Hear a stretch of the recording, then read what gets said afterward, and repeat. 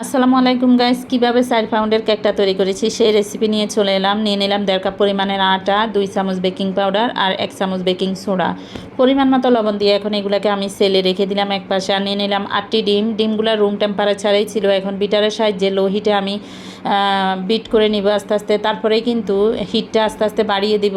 তো দেখতে পাচ্ছেন আমি এখন আইসিং সুগারটা দিয়ে দিচ্ছি। আসলে চিনিটা সরাসরি ব্যবহার না করে একটু ব্লেন্ডারে বিট করে নিলে ভালো। তো এখন দেখতে পাচ্ছেন আমি 2 চামচ সাদা তেল দিয়ে দিলাম, 1 চামচ ভ্যানিলা এসেন্স দিয়ে দিলাম। এখন আমি হাই হিটেই কিন্তু ফোমটা তৈরি করে নিব।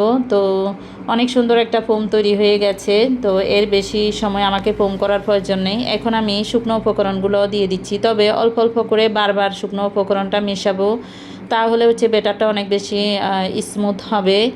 তো দেখতে পাচ্ছেন পারফেক্ট একটা ব্যাটার তৈরি হয়ে গিয়েছে গাইস। এখন আমি 2 চুলার মধ্যে বসাবো, তাই 2টা পাতিলেই কিন্তু একটু তেল মাখিয়ে নিয়েছি আর সরাসরি এভাবে বসিয়ে দিব গাইস। একদম চুলার মধ্যে এভাবে বসিয়ে দিব। দেখতেই পাচ্ছেন কতটা পারফেক্ট একটা ব্যাটার তৈরি হয়েছে। আর এখন আমি চুলার হিটটাও দেখিয়ে দিচ্ছি, একদম লো হিটে রেখে তারপরে আমি কেকগুলো বসিয়ে দিব। তো আমার মনে হচ্ছে 10 থেকে 15 মিনিটের মধ্যে কেকটা হয়ে যাবে।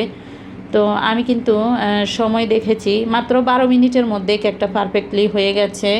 এখন আমি নামিয়ে রেখেছি।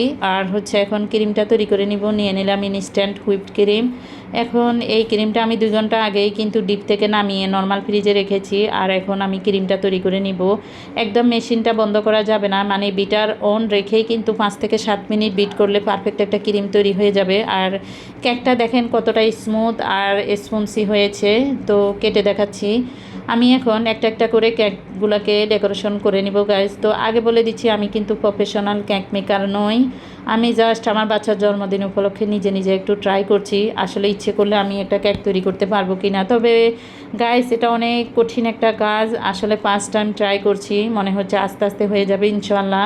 তো যতটা পারছি পারফেক্ট করার করছি গাইজ। তো একটা কেক অলরেডি আমি হচ্ছে ক্রিম লাগিয়ে রেখেছি। এখন উপরে যে কেকটা বসবে সেটাতেও ভালো করে ক্রিম লাগিয়ে নিচ্ছি গাইজ। তো আমার মনে হচ্ছে ক্রিম কম হয়ে যাচ্ছে, মানে ভিতরের অংশে ক্রিম দিয়েছি বাট উপরে যাই লাগাচ্ছি আবার উঠে আসে।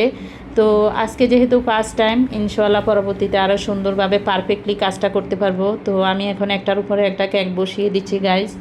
তো দেখতে পাচ্ছেন আমি আমার মতো করে করে নিয়েছি। এখন মনটা খারাপ হয়ে গেছে, যখনই আমি উপরে ডিজাইন করব তখন দেখি ক্রিমটা একদম নরম হয়ে যাচ্ছে, মানে ক্রিমটা পানি ছেড়ে দিচ্ছে। কেন এমন হচ্ছে জানি না গাইজ। মনটা খারাপ হয়ে গেলেও কোনো রকম করে আমি ডেকোরেশন করে নিয়েছি গাইজ। তবে ডিজাইনটা কেমন হয়েছে সেটা কমেন্টে জানাবেন। যদি ক্রিমটা না ছেড়ে দিত তাহলে কিন্তু দারুণ একটা ডিজাইন হতো।